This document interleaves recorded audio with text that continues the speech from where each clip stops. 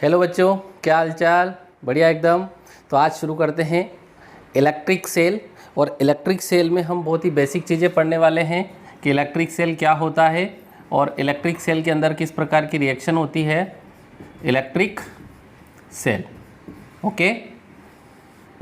बहुत ही important topic आज होने वाला है। तो my name is Manohar Singh Chandel और आप देख रहे हैं अपना प्यारा सा YouTube channel MP board physics 12। Electric cell के अंदर जो है हम सबसे पहले ये देखेंगे कि इलेक्ट्रिक सेल होता क्या है। ठीक है, हमने 9th क्लास से पढ़ते आ रहे हैं कि जो थोड़ा सा ये जो इलेक्ट्रोकेमिस्ट्री जो है उसका पोर्शन हमको फिजिक्स के अंदर पढ़ना है। तो थोड़ा सा एक मोटे मोटे तौर पे अपन इसको डिस्कस करेंगे फिजिक्स के अंदर। इलेक्ट्रिक सेल हमने देखा है कि इलेक्ट्रिक सेल मतलब एक प्रकार की जो है इसमें एनर्जी हमको मिलने वाली है। अब वो एनर्जी किस रूप में होगी, तो हमको पहले ही पता है कि कंजर्वेशन ऑफ एनर्जी में क्या होता है, एनर्जी को ना तो हम क्रिएट कर सकते हैं ना डिस्ट्रॉय कर सकते हैं, केवल एक फॉर्म से दूसरे फॉर्म में उसको हम चेंज कर सकते हैं। तो यानी कि कुल मिला के एनर्जी का चेंजेस होता है। ठीक है, तो जो हमारा इलेक्ट्रिक सेल है, इस इलेक्ट्रिक सेल में भी क्या होता है कि जो केमिकल रिएक्शन होती है, कौन सी, जिसको हम बोलते हैं केमिकल एनर्जी।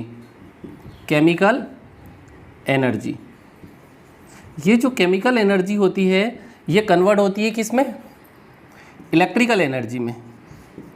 इलेक्ट्रिकल एनर्जी में इसका मतलब ये हुआ कि electric cell is a device which is convert chemical energy into electrical energy. Okay, तो ये तो हो गई डेफिनेशन। अब किस तरह से इसके अंदर रिएक्शन होती है, तो वो सेल के अंदर जो है हमको पूरा उसका स्ट्रक्चर देखना होता है कि सेल के अंदर इलेक्ट्रोड होते हैं, अंदर इलेक्ट्रोलाइट होता है, इलेक्ट्रोलाइसिस होता है। तो वो भी मैं आपको बताने वाला हूँ कि इलेक्ट्रोलाइसिस क्या होता है, इलेक्ट्रोड्स क्या होते हैं और जो है किस तरह से उसके अंदर जो है डिकम्पोजिशन होता है। ठीक, तो सबसे पहले हम ये बात करें कि electric cell is a device which is convert chemical energy into electrical energy. ठीक, अब ये जो इलेक्ट्रिक सेल होते हैं ये दो टाइप के होते हैं, यानी कि जो हमारा सेल होता है ये जनरली दो टाइप का होता है। ओके, तो जो पहला होता है वो होता है प्राइमरी और दूसरा होता है सेकेंडरी। यानी कि electric cell are two types, first one is primary cell और second one is secondary cell. यानी कि जो विद्युत सेल होता है ये दो प्रकार का होता है, एक होता है प्राथमिक सेल और एक होता है द्वितीयक सेल। ठीक, अब प्राथमिक सेल क्या होता है, तो प्राथमिक सेल वो सेल होता है बच्चों जिसके अंदर जो केमिकल रिएक्शन होती है, जिसको हम एनर्जी ट्रांसमिशन जो बोलते हैं, वो केमिकल रिएक्शन क्या होती है, इरिवर्सिबल होती है। इरिवर्सिबल का मतलब क्या हुआ कि अगर एक बार आपने किसी सेल के अंदर केमिकल डाला और जब वो केमिकल ख़त्म हो जाएगा तो आपका एनर्जी जो है मिलना बंद हो जाएगा, आपको उसको फेंकना पड़ेगा, जिसको हम बोलते हैं यूज़ एंड थ्रो। अब आपके दिमाग में आ रहा होगा कि यूज़ एंड थ्रो कौन सा सेल होता है। तो आपने देखा कि हमारे जो घरों में जो हम घड़ी के अंदर, वाल के अंदर जो सेल लगाते हैं, उस सेल को आपने देखा है कि धीरे धीरे वो ख़त्म हो जाता है, हम उसको क्या करते हैं, फेंक देते हैं, थ्रो कर देते हैं। तो इस टाइप के सेल को हम बोलते हैं प्राइमरी सेल। ठीक, अब सेकेंडरी सेल क्या होता है, तो सेकेंडरी सेल वो सेल होता है जिसके अंदर जो केमिकल रिएक्शन होती है वो रिवर्सिबल होती है। रिवर्सिबल का मतलब आप उसको चार्जिंग डिस्चार्जिंग कर सकते हो। दिस एग्जाम्पल हमारे मोबाइल की बैटरी। मोबाइल की बैटरी में आपने देखा होगा कि वो भी एक सेल ही है। ठीक, सेल और बैटरी दोनों आपस में रिलेटेड है। सेल का जो मॉडिफाई फॉर्म है वो बैटरी है। तो जो हमारा सेकेंडरी सेल होता है जो कि मोबाइल के अंदर होता है बैटरी के फॉर्म में, उसको आपने देखा है कि हम जब एनर्जी लेना होता है तो हम उसको चार्ज करते हैं, धीरे धीरे वो चार्ज होता है और जब पूरी एनर्जी उसके अंदर स्टोर हो जाती है तो फिर वो हम उसका यूज़ करते हैं और धीरे धीरे वो एनर्जी जो है डिस्चार्ज होने लगती है। तो इस तरह से वो डिस्चार्जिंग प्रोसेस होती है। फिर हम उसको चार्ज लगा देते हैं, फिर चार्जिंग हो जाता है, फिर डिस्चार्जिंग हो जाता है। तो इस तरह की प्रोसेस जिस सेल के अंदर होती है, जिसको हम रिवर्सिबल प्रोसेस बोलते हैं, ऐसी सेल को हम सेकेंडरी सेल या द्वितीयक सेल बोलते हैं। ठीक है, एग्जाम्पल के तौर पे आप प्राइमरी सेल में लिख सकते हो कि जो सिंपल वोल्टिक सेल है, जो कि वोल्टा नामक साइंटिस्ट ने सबसे पहले वोल्टिक सेल दिया था, वो वोल्टिक सेल प्राइमरी सेल है। जो ड्राई सेल होता है वो प्राइमरी सेल है। और इसके अलावा डेनियल सेल जो है वो भी प्राइमरी सेल है।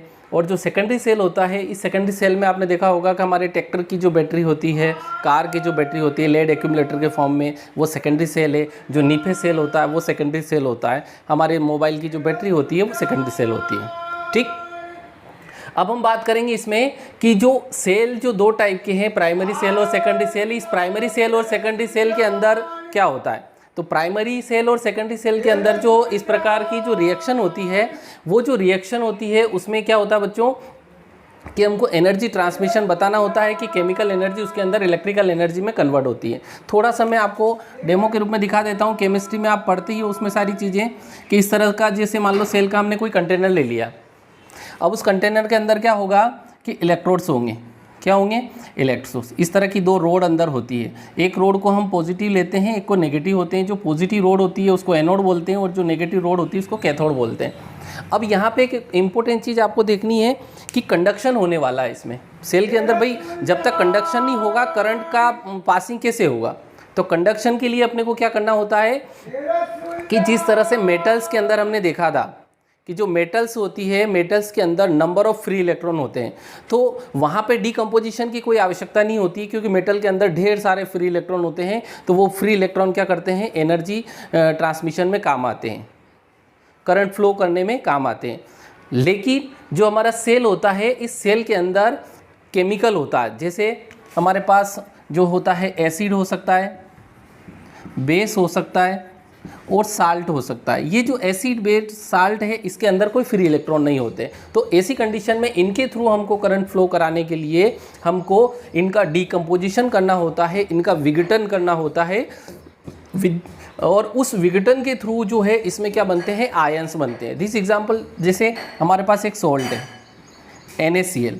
अब इस NaCl में अगर आप देखोगे तो जब हम इसका डीकम्पोजिशन करेंगे तो डीकम्पोजिशन में क्या होगा? हमने इसको डीकम्पोज करा तो जो सोडियम के जो आयन है वो पॉजिटिव आयन कुछ अलग हो जाएंगे और जो क्लोरीन गैस है इसके नेगेटिव आयन अलग हो जाएंगे। तो इस तरह से जो हमारा साल्ट है, जो नमक है, वो अपने आयन्स में टूट गया, विघटन हो गया, बिखर गया। तो ये जो आयन है, ये आयन इस सेल के अंदर जो कि मौजूद रहेंगे। और ये मौजूद कैसे रहेंगे कि जैसे मान लो मैंने यहाँ पे साल्ट का सॉल्यूशन लिया है, NaCl का सॉल्यूशन लिया है, तो जब हम इसमें से बाहर से इलेक्ट्रिकल एनर्जी को इसके अंदर अगर हम थ्रू करते हैं तो ये जो इसके आयन से ये टूट जाएंगे और ये टूट के अंदर चलेंगे और केटायन बनाएंगे और केटायन इनके अपोजिट डायरेक्शन में फ्लो करेंगे और इस तरह से पूरा जो है करंट का फॉर्मेशन सेल के अंदर बनेगा। तो मोटे मोटे तौर पर अगर हम देखें तो जो डीकम्पोजिशन होता है, डीकम्पोजिशन के थ्रू जो आयंस बनते हैं सेल के अंदर, वो आयंस रिस्पॉन्सिबल होते हैं करंट को पास कराने के लिए। वो आयन जिम्मेदार होते हैं विद्युत धारा के प्रवाह के लिए। तो सबसे इंपॉर्टेंट फैक्ट चीज़ सेल के अंदर यही है कि सेल के अंदर कोई फ्री इलेक्ट्रॉन नहीं होता है, इसके अंदर आयंस के द्वारा करंट फ्लो होता है। अब हमको आज नई चीज़ समझ में आ गई कि पहले जो कंडक्टर होता था उसमें केवल फ्री इलेक्ट्रॉन की वजह से करंट पास होता था, लेकिन जो सेल के अंदर जो है वो आयंस की वजह से करंट पास होता है। आगे बढ़ें। अब ये जो सेल है, तो सेल के अंदर जो ओबियसली उसका कुछ ना कुछ इंटरनल रेजिस्टेंस होता है। क्या होता है? Internal resistance. जैसे मैं एक स्ट्रक्चर बनाता हूँ सेल का, कि सेल का जो सिंबल होता है वो कुछ इस तरह का होता है, ये पॉजिटिव, ये नेगेटिव, और ये साथ में इसका इंटरनल रेजिस्टेंस होता है जिसको स्मॉल r से हम इंडिकेट करते हैं। और इस तरह से जो है मान लो इसका एक्सटर्नल रेजिस्टेंस कैपिटल R है और इस तरह से मैंने इसको जो है कंप्लीट कर दिया। ये जो सेल है, इस सेल को मैंने कैपिटल E से लिखा है। तो अब सेल के अंदर एक चीज़ होती है, जैसे हमने जो है वहाँ पे फर्स्ट इलेक्ट्रोस्टैटिक में जो हमने पोटेंशियल डिफरेंस है ना, और क्या बोलते हैं पोटेंशियल, इनकी चर्चा करी थी। अब यहाँ पे हमको जो पोटेंशियल डिफरेंस की स्थान पे रिप्लेसमेंट पे हमको एक EMF वर्ड यूज़ करना है। कौन सा वर्ड यूज़ करना है? EMF। अब ये EMF क्या होता है? EMF का मतलब ये होता है कि electromotive force. Electromotive force, electromotive force को हम हिंदी में बोलते हैं विद्युत वाहक बल। विद्युत वाहक बल।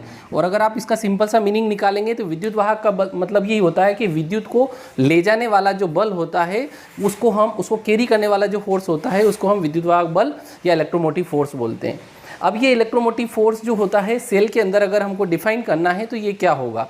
तो हम फार्मूले से देख सकते हैं कि जो इलेक्ट्रोमोटिव फोर्स होता है उसको हम E = W/Q से इंडिकेट करते हैं, यानी कि वर्क डिवाइडेड बाय चार्ज। यानी कि जो सेल होता है, सेल के अंदर जो इलेक्ट्रोड्स होते हैं, उन इलेक्ट्रोड्स के बीच में क्या होगा? पोटेंशियल डिफरेंस होगा। जब ये सेल ओपन सर्किट में है, हमने कोई एक्सटर्नल सर्किट इसमें कनेक्ट नहीं करा है, ऐसी कंडीशन में इन दोनों इलेक्ट्रोड्स के बीच में पोटेंशियल डिफरेंस होगा। बट वो पोटेंशियल डिफरेंस कैसा होगा? मैक्सिमम। मैक्सिमम पोटेंशियल डिफरेंस होगा बच्चों। तो सेल के अंदर इलेक्ट्रोड के बीच में ओपन सर्किट में जो मैक्सिमम पोटेंशियल डिफरेंस होता है वही उस सेल का ईएमएफ होता है, उसको हम कैपिटल ई से लिखते हैं और इसका फार्मूला W/Q होता है। ठीक है, इस ईएमएफ को भी हम वोल्ट में ही मेजर करेंगे। तो इस तरह से इसका फॉर्मूला हो गया, हमने डेफिनेशन समझ ली। अब इंटरनल रेजिस्टेंस जो ये है सेल के अंदर, ये क्या होता है? तो इंटरनल रेजिस्टेंस के लिए भी बहुत इंपॉर्टेंट क्वेश्चन हमसे पूछे जाते हैं बोर्ड एग्जाम के पॉइंट ऑफ व्यू से कि what is internal resistance of cell, cell के आंतरिक प्रतिरोध से आप क्या समझते हो, इसका डेरिवेशन हमसे पूछा जाता है, साथ ही इसके फैक्टर्स हमसे पूछे जाते हैं। तो हम चर्चा करते हैं कि इंटरनल रेजिस्टेंस क्या होता है। देखिए, ये जो इंटरनल रेजिस्टेंस है, सेल से जो करंट पास होगा, मान लो आई करंट जा रहा है, तो इस तरह से ये इसका सर्किट कंप्लीट होगा। अब ये इंटरनल रेजिस्टेंस का मतलब ये होता है कि सेल के अंदर जो इलेक्ट्रोलाइट है, ये जो NaCl जो सॉल्यूशन अंदर हमने रखा है, इस NaCl को हम बोलते हैं इलेक्ट्रोलाइट। इलेक्ट्रोलाइट को हम बोलते हैं विद्युत अपघट्य। ये जो विद्युत अपघट्य या इलेक्ट्रोलाइट क्या होता है, इसका इलेक्ट्रोलाइसिस होता है। जो मैंने आपको बताया यहाँ पे डिकम्पोजिशन प्रोसेस, ये इलेक्ट्रोलाइसिस प्रोसेस है, विद्युत अपघटन की क्रिया है। तो उस विद्युत अपघटन की क्रिया में जो है, जो इलेक्ट्रोड है, इस इलेक्ट्रोड के द्वारा करंट फ्लो के मार्ग में जो कुछ न कुछ अपोजिशन ऑफर्ड किया जाएगा, इस इलेक्ट्रोलाइट के द्वारा इस सेल के द्वारा जो करंट फ्लो होने वाला है, उस करंट के फ्लो के वे में कुछ अपोजिशन ऑफर्ड किया जाता है, उसको हम इंटरनल रेजिस्टेंस या आंतरिक प्रतिरोध बोलते हैं। ठीक है बच्चों, और ये सबका अलग अलग होता है, अलग अलग सेल का इंटरनल रेजिस्टेंस अलग अलग होता है।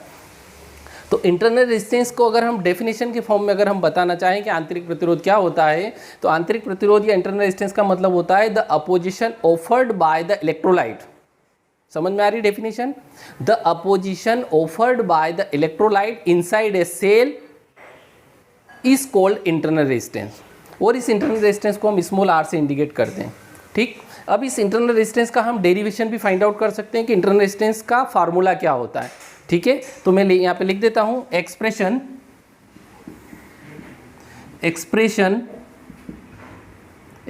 फॉर इंटरनल रेजिस्टेंस, आंतरिक प्रतिरोध के लिए व्यंजक। अब इंटरनल रेजिस्टेंस के लिए आपको क्या करना होता है कि ये डायग्राम ड्रा करना होता है। इस डायग्राम में आपको कंसिडर करके चलना होता है कि सपोज आपके पास एक सेल है, उस सेल का ईएमएफ कैपिटल ई है, इंटरनल रेजिस्टेंस स्मॉल r है और एक्सटर्नल रेजिस्टेंस कैपिटल R है, और उस सेल से जो है आई करंट पास हो रहा है। ऐसी कंडीशन में आपके पास ऑप्शन होते हैं दो फार्मूले यूज़ करने के। पहला फार्मूला ओम्स लॉ ने आपको बोला है, क्या बोला है? By Ohm's law. Ohm's law हम क्या यूज़ कर सकते हैं कि जो आई होता है वो V/R होता है। Okay, this is equation first.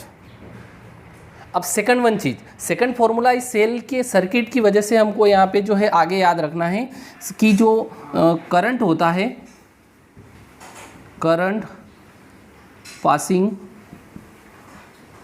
Through capital R is, ये जो कैपिटल R से आई करंट पास होगा, ये होगा total EMF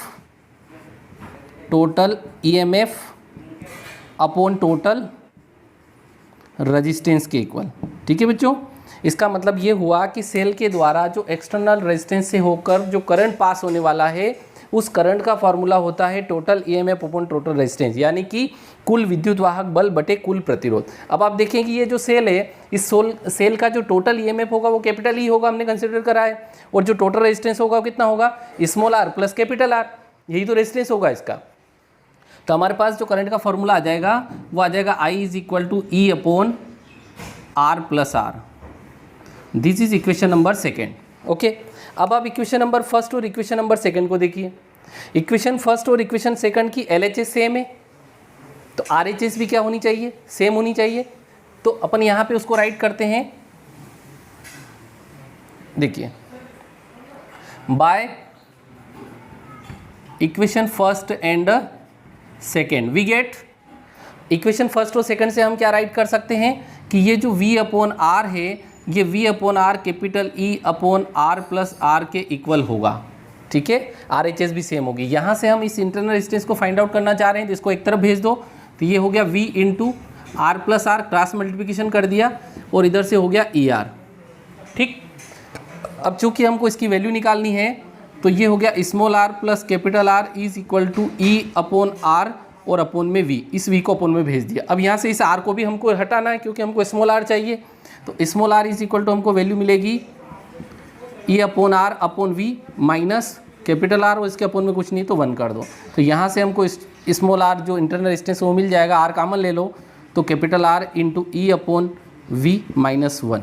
this is the required expression for internal resistance, यानी कि जो आंतरिक प्रतिरोध का फॉर्मूला जो हमसे मैच द कॉलम में भी पूछा जाता है वो होता है R is equal to capital R into E upon V minus 1। ठीक है, तो इस तरह से इंटरनल रेजिस्टेंस का एक्सप्रेशन जो है वो एंड होता है। ठीक, तो आज के लेक्चर में हमने जो डिस्कस करी है उसको फिर से रिपीट कर देता हूँ। हमने इलेक्ट्रिक सेल के बारे में पढ़ा कि इलेक्ट्रिक सेल क्या होता है। इलेक्ट्रिक सेल जो होता है वो केमिकल एनर्जी को इलेक्ट्रिकल एनर्जी में कन्वर्ट करता है। ये दो टाइप के होते हैं, primary cell, secondary cell. Primary cell वो सेल होते हैं जिसके अंदर केमिकल रिएक्शन इरिवर्सिबल होती है ना, केवल एक वन साइडेड रिएक्शन होती है। और जो सेकेंडरी सेल वो सेल होता है जिसके अंदर केमिकल रिएक्शन जो होती है वो रिवर्सिबल होती है, अर्थात चार्जिंग डिस्चार्जिंग प्रोसेस इसके अंदर होती है। एग्जाम्पल के तौर पे हमने ड्राई सेल, वोल्टिक सेल, ये जो प्राइमरी सेल में बताया, और सेकेंडरी सेल में जो है क्या बोलते हैं अपने उस लेड एक्यूमुलेटर और निफे सेल। ठीक है, फिर हमने जो है इलेक्ट्रोलाइट के बारे में चर्चा करी, इलेक्ट्रोलाइसिस क्या होता है वो देखा। फिर हमने जो है सेल का जो सिंबल होता है वो क्या होता है, उसको इस तरह से लिखते हैं वो देखा। सेल का ईएमएफ क्या होता है उसको हमने डिस्कस करा कि जो ईएमएफ होता है वो मैक्सिमम पोटेंशियल डिफरेंस होता है, या हमारे द्वारा जो वर्क डन होता है मैक्सिमम पोटेंशियल डिफरेंस को फाइंड आउट करने के लिए, वही वर्क डन जो होता है वो ईएमएफ होता है, विद्युत वाहक बल होता है, उसको कैपिटल ई से लिखते हैं। फिर हमने इंटरनल रेजिस्टेंस के बारे में चर्चा करी कि इंटरनल रेजिस्टेंस क्या होता है। इंटरनल रेजिस्टेंस का मतलब ये होता है कि सेल के अंदर जो इलेक्ट्रोलाइट होता है, जो विद्युत अपघट्य होता है, सपोज NaCl है, तो इस NaCl के द्वारा इस सेल के अंदर करंट फ्लो के वे में जो अपोजिशन ऑफर्ड किया जाता है, जो बाधा उत्पन्न की जाती है, उसको हम आंतरिक प्रतिरोध या इंटरनल रेजिस्टेंस बोलते हैं। ठीक है, फिर हमने इंटरनल रेजिस्टेंस के एक्सप्रेशन के लिए ओम्स लॉ को यूज़ करा, एक नया फार्मूला यूज़ करा, दोनों के LHS की वजह से RHS सेम हो गई। इस तरह से ये इंटरनल रेजिस्टेंस का एक्सप्रेशन कंप्लीट हो गया। ठीक है, अगले लेक्चर में हम इससे रिलेटेड बहुत अच्छी चीज़ है कि ये जो सेल है, इन सेल को हम किस तरह से जो है सीरीज़ में कॉम्बिनेशन करके बैटरी बना सकते हैं या पैरेलल में कॉम्बिनेशन कर सकते हैं। तो यानी कि सेलों का सीरीज़, पैरेलल और मिक्स्ड कॉम्बिनेशन हमको अगले लेक्चर में हमको पढ़ना है। ठीक है, तो आज का जो लेक्चर है अगर आपको ये अच्छा लगा है तो प्लीज़ आप इसे लाइक और ज़्यादा से ज़्यादा शेयर करें। और हाँ, यदि आप चैनल पे पहली बार आए हैं तो प्लीज़ इसको सब्सक्राइब अवश्य करें, ताकि ज़्यादा से ज़्यादा जो बच्चों तक ये पहुँचे और जैसे ही वीडियो मेरे द्वारा अपलोड की जाए तो उसका नोटिफिकेशन आपको मिले। Okay, thank you for watching.